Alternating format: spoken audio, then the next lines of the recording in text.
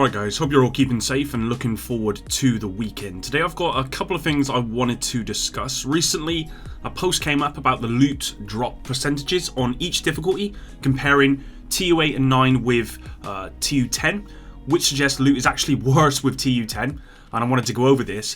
The devs officially recognized the Iron Horse leaks on Wednesday's State of the Game, so today I wanted to give you kind of my opinion, and I want to show you the documents some people had access to before the raid and just clear up some stuff that's going around, plus we'll look at some other bits and bobs. If you enjoyed this one, please don't hesitate to drop a like down below, a comment as well, and you can join me on Patreon if you wish. With that said, let's begin, guys. First off, let's talk about the loot in the game. Since TU10 dropped, I've seen a lot of reports come out that loot is somehow worse than before, which doesn't make too much sense when you consider the changes the devs made with TU10 that was meant to make loot better. It was all about loot generosity. Likewise, I've seen reports that loot is way better than before, with god rolls dropping far more often, especially in heroic and legendary content, and as well as challenging, I believe. I myself haven't seen much difference with loot, to be honest, even after recently moving up to the heroic content from challenging, and that might just be because my experience has been overshadowed by occasionally having minimum rolls falling below 50% on a heroic drop, which to me is just way too low for a minimum roll on heroic, but also because I've been paying more attention to the fact that we've got a considerable amount of rainbow rolls, and that kind of seems to be the theme of what the community is looking at more recently. Now, a post came up from Bitlilin on Reddit recently. I believe I featured them before in a video, where they provided a lot of numbers and information on the difference in roll percentages from TU8 and 9 and TU10. And this is a very interesting kind of read. It's revealing, and it goes a long way actually to explaining the complaint of loot being worse than before. So I thought we'd just take a look at this. Alright, so here's the Reddit post from Bitlilin, and we'll get to the update here, which was part of State of the Game this week. We'll get to that in a minute, but what I want to look at here is this stuff. So it does say here, disclaimer, data or conclusions below are based on data mine or some other methods and not guaranteed 100% correct. You can choose not to believe it if it's against your own experience. And you should always recognize this before you see any of this stuff, because unless it's been confirmed by the devs, it kind of is speculation, but a lot of people in this community are smart, and a lot of data mine stuff is true. So take it with a pinch of salt, but it does go towards the fact that loot is worse in kind of TU10. Okay, so let's have a look at this. So as you can see here, the graphs we've got are TU8.9, and this is the level 30 World Tier 5, level 40, and then we've got the other ones here. So it says here, the post is talking about power of drop. So first you have X percentage drop rate to get the item XXX, then this item has a XY high power chance to have high stats, then considering the combinations of its attributes talents, it can be a good roll. Difficulty includes mission and world difficulty settings. Power to stats, a 100% item equals all stats are full. Due to rounding issues, a 98% power item can also be full in some cases. And then rainbow issues as well. So let's just quickly have a look here. So I'm going to go with... so if we look at... we're going to look at level 40 here, because that's obviously what we're playing in Warlords. So as you can see here, normal difficulty. This is the percentage roll. Okay. So as you can see, the highest percent is 46% here for you to get between 16 and 30% roll on that particular item. And if you want to get on normal difficulty, if you want to get upwards of 100%, then you're looking at 0.03% to 0.05% as being okay. And you know, you expect that from there, right? Okay, so that's TU8.9. Okay, so that's for normal, and you can see hard here. We've got 54% on there. We got 65% here, 50% for heroic. So you've got a 50% chance on heroic, level 40 in TU8 and 9 to get between 64 and 72% kind of item distribution when it comes to rolls. Okay, in legendary, 60% between 72 and 80%. So let's have a look at this here. So if we have a look at, I would say let's start on hard. So hard here, most people are either playing hard or above at this point. But hard here, so 32 to 48%. So you had a 54% chance here, but you've got a 56% chance here. Okay, so you've got more chance on hard of getting between a 32 and 48% roll in TU10 than you did in TU8 and TU9. Okay, let's have a look at the, let's say 80 to 80%, 80 to 88%. So you're looking at 0.5% here on hard, whereas here it's 0.8%. Okay, or actually, sorry, it's 2.3%. So you've got a much less chance in TU10 of getting better loot in hard. Okay, and that kind of goes across the board. Let's look at challenging. So 48 to 64%. So in TU8 to TU9, you had a 65% chance to get that minimum roll. In TU10, you've got a 74% chance to get that minimum roll. So you've got an extra 9% chance to get that minimum roll. Okay. Well, what about... Okay, so maybe what about the higher loot? Because surely with this loot generosity, we should be getting better rolls, or at least chance of getting better rolls, or whatever. Well, let's have a look. Challenging. If we go to, say, 88 to 96%, in TU8 to TU9, you had a 1.6% chance to get between 88 and 96%. At the moment, challenging, in TU10, you've got a 0.7% chance. So it's about the same, but this was meant to make stuff better. Okay, this was meant to make loot more generous, not less. Okay, I mean, if you look at 80 to 88%, you had a 5% chance in TU8 to TU9, and now 1.2%. Okay, so you can see the difference here, and this is where it's struck me, because I'm on heroic at the moment. Okay, so at the moment I'm seeing a lot of rolls which are like low percentages. Okay, and it says here 64 to 72%, but I have had rolls lower than this, 64%. I'm sure I have, but anyway, 64% chance of getting between 64 to 72% for item power distribution on heroic difficulty. In TU8 to TU9, it was a 50% chance. Okay, so you've got way more chance of getting the minimum roll in TU10. Between 72 and 80% is 30%, which is the same. Between 80 and 88% before, in TU8 to TU9 was 14%. It's 4% here. 88 to 96% in TU10 is 1%. In TU8 to TU9, it was 0.6%. Sorry, no, 5%. So, okay, it was 5 times higher. And then to get almost a god roll, if we look at 100% only, heroic was 0.4% in TU8 to TU9, and at the moment it's 0.5. So the higher end is about the same as before, but you're getting you're getting minimum rolls way more often in TU10. So to me, that means that loot generosity, it feels less, right? It feels like you're getting worse stuff because you're seeing these low rolls more often. And I've experienced this myself. I've made videos on this myself. If we look at legendary, so you've got an 18% more chance in TU10 compared to TU8 to TU9 of getting the minimum roll.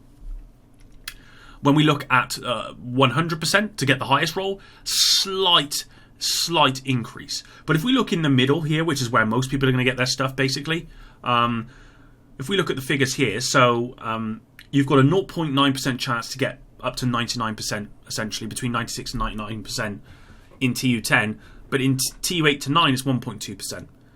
To get between 88 and 96%, you had 9.6% in TU8 to TU9, and in TU10 it's 2.6%.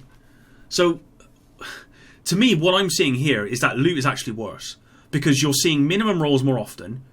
You're not seeing rolls between 80 and 99% more often. Okay, so they're becoming less often than they were before. And then there would be the odd time where you might get a god roll maybe a little bit more often than before. But because the minimum roll is coming up so often, what you're finding is that you're getting either a minimum roll or you're getting a god roll most of the time. And I've experienced this myself. And so, you know, they go on to say here about the stuff that's been changed, etc. But to me, and what this post is saying is that actually, no, the stuff is worse than before. So what I will say is that they've put an update here. So on Wednesday's State of the Game, they partially confirmed some of the topics of the post. They're looking at a slight increase for challenging and a bigger increase for heroic in TU 10.1 for power distribution. Okay, so that's not minimum roll increases, and Nikki Cuppins has actually confirmed this on Twitter. So this isn't taking the lowest minimum roll on heroic, say at 50%, and then putting it up to 60. This is the overall power distribution.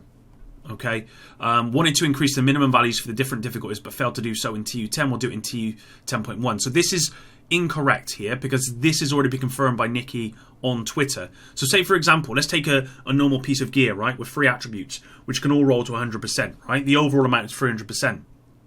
At the moment, you might find that for a heroic item, the minimum you can get is 200%, the maximum being 300%, okay?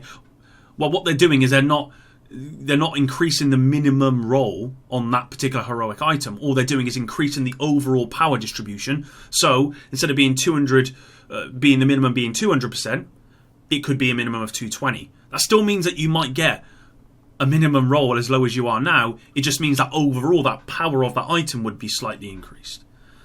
Maybe from the other 2 attributes. So there we go. Loot isn't any better with TU10, at least from these stats. And this points to exactly what I've been talking about. Minimum rolls showing up far too often. Alright, moving on, and let's talk about Iron Horse. Now, we are currently, we as in my crew, my squad, are currently up to boss 3 and still working our way through. Unfortunately, as most of you will know by now, the Iron Horse raid has been tainted due to a significant leak of information prior to the raid going live. Now, from what I've seen, there appears to have been some confusion on the leaked information. Back on May 1st, I actually reported on some audio files found within the PTS which were leaked onto Reddit. These audio files, they gave you a detailed description of the lore behind kind of each boss encounter, and it explained the weapons used by each boss. What it didn't tell you was how to beat each encounter. In fact, it gave you very little in that way. It gave you very little away in respect of each encounter. So there were no mechanics or anything like that. It just kind of told you what stuff did. Now, I reported on this on May 1st to give everyone access to this information, knowing only a few people would likely have access to it had I not reported on it. But to be honest, these audio files, they did nothing really to help anyone, albeit they still gave some people a slight advantage. That's the first document. The second document, which only got leaked on Twitter following the raid completion, has way more information about each encounter. Here's the first 2 pages of the document, and we'll go through it. Right, so this is basically the document that got leaked after the raid. The first part here is what we talked about in May, or what I talked about in May, and these are kind of the audio files and the lore and stuff. So this is kind of the lore, or what the general says from the first one here. So this is Lieutenant Grey, and it gives you an idea as to the weapons, like there's bodyguards and stuff like that. Ironclad armor system, which kind of tells you about the armor system that the boss is going to have. The Ironclad dispenser, they gave Grey this wacky armor tech, but apparently there wasn't enough for him. He used a way to shoot this nanosteel or whatever it's called at range. And then Ironclad overdose, and it kind of gives you some idea, because I remember when I saw this I thought, oh, this sounds like the first encounter in Dark Hours. Basically, that's what I thought. But this kind of gives you some idea as to what the weapons are and kind of what to expect, but it doesn't explain any of the mechanics.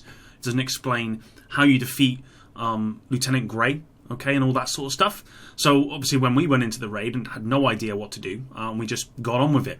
However, this document that was leaked after the raid was followed by this.